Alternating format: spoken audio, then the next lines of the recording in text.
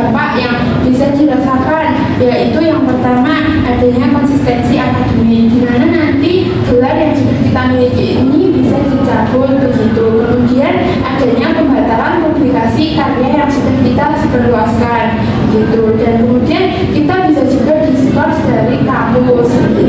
Kemudian yang kedua adanya hilangnya reputasi, kita bisa dicap sebagai mahasiswa yang tidak orisinil begitulah, karena kita juga karya dari orang lain. Kemudian nanti beasiswa yang kita dapat begitu bisa dicabut juga dari kampus. Dan yang ketiga ini adanya implikasi hukum atau masalah hukum, dan nanti kita bisa dituntut atas dari penjiplakan yang kita lakukan dari hak kita karya orang lain begitu. Kemudian yang keempat yaitu menurunnya kualitas ilmu, di mana nanti penelitian atau karya yang kita lakukan itu tidak bisa diselesaikan dengan baik karena karya kita tersebut tidak orisinil gitu ya.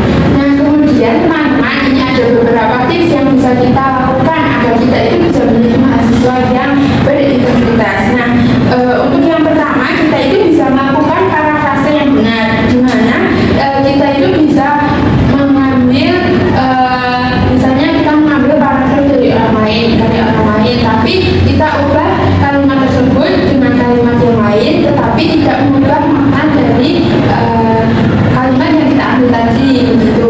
Kemudian kita bisa mengganti kosakata itu dengan sinonim-sinonim lain begitu.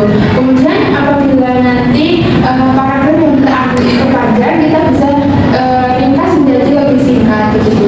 Kemudian yang kedua itu kita bisa menuliskan daftar pustaka. Nah tentu dalam sebuah karya atau buku begitu ada sumber-sumbernya ya. Nah, kita harus mencantumkan dalam daftar pustaka agar tulisan yang kita buat itu resmi begitulah ya teman-teman. Kemudian yang ketiga kita mengutip bermanfaat, artinya kita mengutip secara langsung dan tidak langsung. Kalau yang langsung itu misalnya kita menuliskan kutipan dari orang lain, itu bisa menuliskan tanda petik dua gitu ya teman-teman. Yang tidak langsung itu seperti parafrase tadi. Nah kemudian yang keempat kita bisa memanfaatkan media software yang sudah tersedia seperti Mendeley atau Zotero begitu ya. Nah nanti dengan menggunakan software tersebut kita bisa secara otomatis dalam membuat spasi dan bisa membuat karya kita lebih orisinil begitu teman-teman. Nah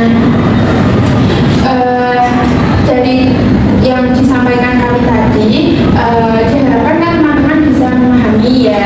Nah untuk selanjutnya kita akan melakukan evaluasi ini dari teman-teman semuanya. Kita akan menilai apakah teman-teman sudah memahami atau tidak. Oke teman-teman, tadi kan sudah kita jelaskan nih mengenai materi dari plagiarisme sendiri. Apakah teman-teman sudah paham? Sudah. Oke, kalau sudah paham, saya akan menanyakan nih. Kalau memang benar sudah paham, tadi kan sudah dijelaskan nih apa definisi dari plagiarisme. Dari teman-teman, coba sebutkan apa definisi dari plagiarisme sendiri. Plagiarisme itu adalah suatu tindakan yang disengaja mengambil karya orang lain, di mana kita mengcopy-paste atau mengambil seluruh karya itu tanpa diparafrase, kemudian tanpa kita temukan sumber yang jelas. Iya, betul sekali. Oke, selanjutnya tadi kita juga menjelaskan tentang dampak-dampak dari plagiarisme sendiri. Dari teman-teman ada yang tahu? Tadi ya. Dampaknya itu bisa reputasi menurun, catatan gelar, terus bisa masuk ke ranah hukum gitu. Iya. Oke, berarti teman-teman di sini sudah paham semua ya dengan penyuluhan yang kita berikan tadi. Nah teman-teman semuanya, setelah apa yang kami sampaikan tadi, teman-teman diharapkan bisa menanamkan sikap untuk tidak plagiarisme ya terhadap tugas-tugas yang teman-teman kerjakan gitu ya. Nanti agar kita itu